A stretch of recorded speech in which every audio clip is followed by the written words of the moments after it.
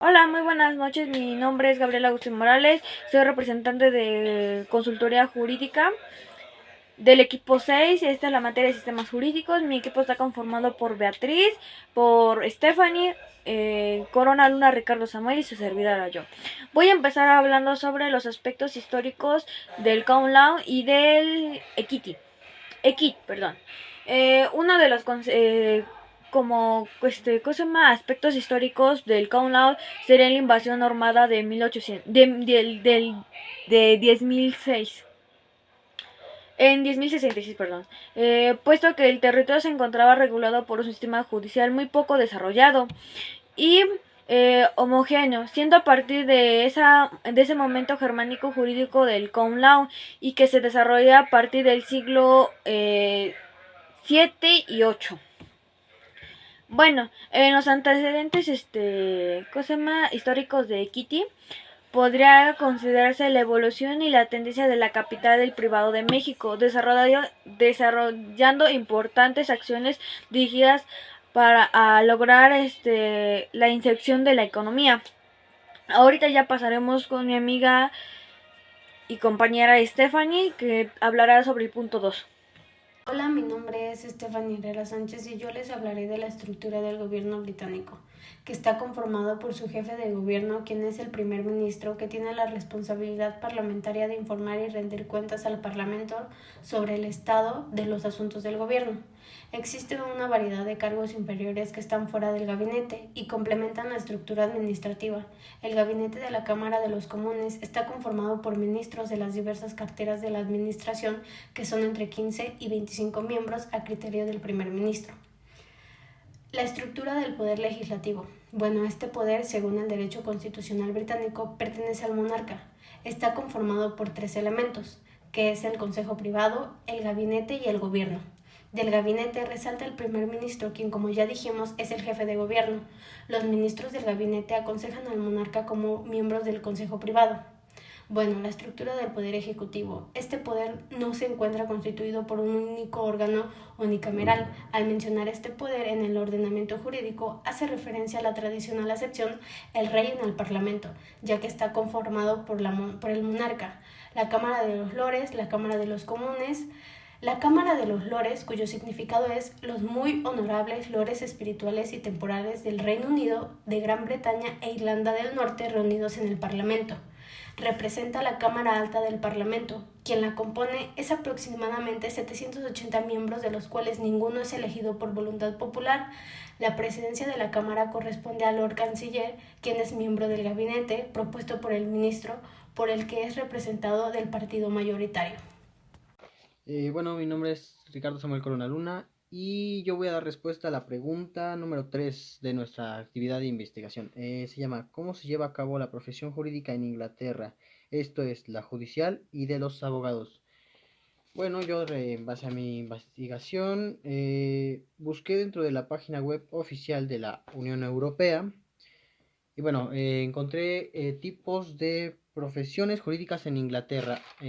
Bueno, como parte introductoria, por parte de Inglaterra y Gales, los personales como jueces y magistrados que ejercen sus estatutos jurídicos realizan estas funciones, bueno, por decirlo, puede mencionarse a tiempos completos o parciales, dependiendo de distintos órganos jurisdiccionales. Y bueno, eso es una parte de este detalle, pero directamente a lo de nuestra pregunta, dando respuesta sobre abogaduría y asesoría jurídica, daré una explicación brevemente de cada una y al personal de cada una, sus relaciones con esta misma y lo que ejercen cada uno. Eh, Dentro de Inglaterra y Gales, a los abogados también se les conoce como barristers. Dentro de este tema, el órgano de los barristers en Inglaterra y Gales es llamado Bar Council. Se constituyó para vigilar a los mismos intereses de esta profesión, así como sus asignados, o sea, los abogados, y con ellos dar esta práctica a iniciativas esenciales y mantención de las normas de la honorabilidad, perdón, e independencia de la abogacía, bueno, la abogaduría y este tema. Eso es una breve explicación de lo que son los barristers, abogados dentro de Inglaterra, como lo dice nuestra pregunta. Y bueno, ahora pasaremos con asesores jurídicos, que también se les llaman solicitors de Inglaterra. Eh, Son aquellos con poder de representación a los órganos jurisdiccionales inferiores. Su labor se basa en otorgar a sus clientes, por así decirlo, servicios jurídicos de asesoramiento especial. ¿Qué quiere decir? O sea, que pueden desarrollar su labor abarcando distintas ramas, bueno, áreas del derecho, o incluso en alguno específico, que los diferencia de los abogados, ya que estos, bueno, lo explicaré más adelante, eh, abarcan distintas áreas del derecho o alguna en específico. Y bueno, aquellos solicitors pueden elegir el medio profesional en el que ellos más se adapten o les convenga. ¿A qué voy con la respuesta de ambas definiciones? Esto se debe a que la gente comúnmente suele decir que los abogados y asesores jurídicos podrían ser lo mismo. Esto es una explicación del por qué no se podría llamar que son lo mismo, aunque a veces pueden realizar mismas actividades o acciones. Cada uno debe realizar y tiene su área específica, o como los solicitors pueden abarcar distintas, lo que lo diferencia de los abogados. También hay distintas ramas de la abogaduría. Entonces, uno es asesoramiento, por así decirlo, para los clientes, del decirles cómo realizarán sus casos, acciones, sus medidas que tomarían para eh, algún, alguna problemática. Y los abogados, bueno, podría decirse que no son aquellos que llevan casos, controlan información y buscan dependiendo, por así decirlo, abogados de lo familiar, eh, penales y todo esto. Entonces es una explicación breve de lo que yo encontré y consulté, y bueno, eso es todo. ¿De qué forma el Common Law y la Equity inglesa influyen en los sistemas jurídicos de Estados Unidos, Irlanda, Australia y Canadá? La Equity es el conjunto de normas elaboradas y aplicadas a lo largo del siglo XV y XVI por la jurisdicción del Canciller, a fin de completar y en su caso revisar el sistema del Common Law que había resultado insuficiente y defectuoso. El Common Law surgió como una disputa particular por el poder político. Con su creación se da la imposición de tal sistema unitario, bajo los auspicios y el control del poder centralizado, de la forma del rey soberano. Tradicionalmente se ha comentado mucho sobre el circuito de los jefes ambulantes, viajando en el país, estableciendo la paz y al hacerlo seleccionando las mejores costumbres, convirtiéndolas en la base de la iglesia. En un procedimiento lento, altruista y armando pieza por pieza. Sin embargo, la realidad de este proceso fue que los jueces estaban confirmando la autoridad del Estado central y las instituciones legales, a diferencia del periodo feudal anteriormente en el que el Estado y las instituciones legales estaban dispersas y fragmentadas. Por lo tanto, el Common Law era común para todas las aplicaciones, pero por supuesto no era común para todos. Al final del siglo XVIII, la autoridad central había establecido su procedencia, por lo menos particularmente a través del establecimiento del Common Law.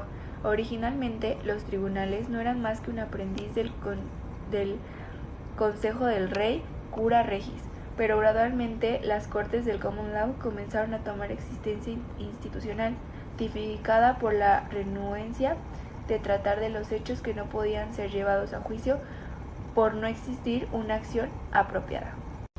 La negativa de los tribunales del Common Law para conocer determinados asuntos condujo a la injusticia y ante esto la necesidad de remediar las debilidades percibidas en su sistema. La respuesta fue el desarrollo Equity. Los demandantes incapaces de tener acceso a las Cortes Reales del Common Law podían apelar directamente ante el soberano y tales casos eran pasados para su consideración y decisión al Lord Canciller, que era al mismo tiempo el secretario y el capellán del rey. Su tendencia fue la de decidir los casos con base en normas más morales que jurídicas.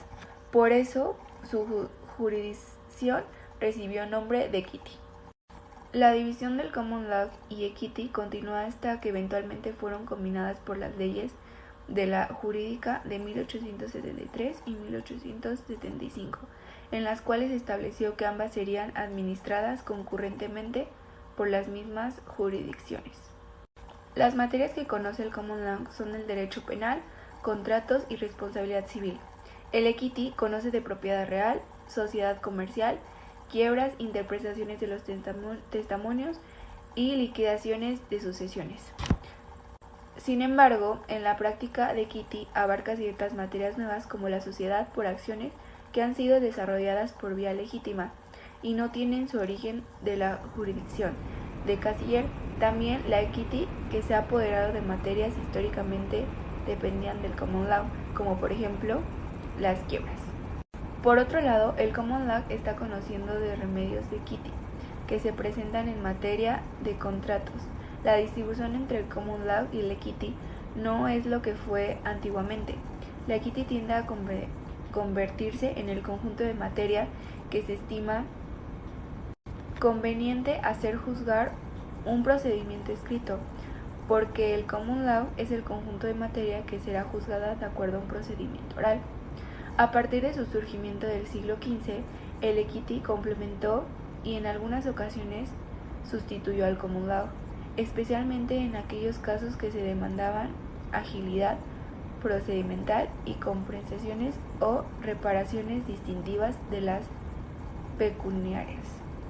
Su objetivo original era entonces ofrecer soluciones equitativas que el common law no pudiera. Como respuesta, este último subsistema estableció que el principio que era el equity no podía dar soluciones cuando el common law completara exactamente un remedio legal adecuado y complemento.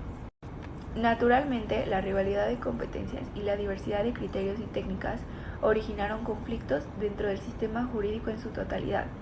Como anteriormente fue mencionado, la rivalidad surgió como una consecuencia de tal distinción básica. Finalizó en la unificación en 1873 en las dos vertientes jurisprudenciales, en una sola jerarquía judicial. Sin embargo, si bien el conflicto institucional fue resuelto, en cambio la división que lo originó permanece vigente en nuestros días, lo cual fomenta diversidad y riqueza en el ámbito jurídico adjetivo, pues determina si un constante tiene o no derecho a ejercitar una acción, derecho de ejercicio, tratándose de equity. Gracias.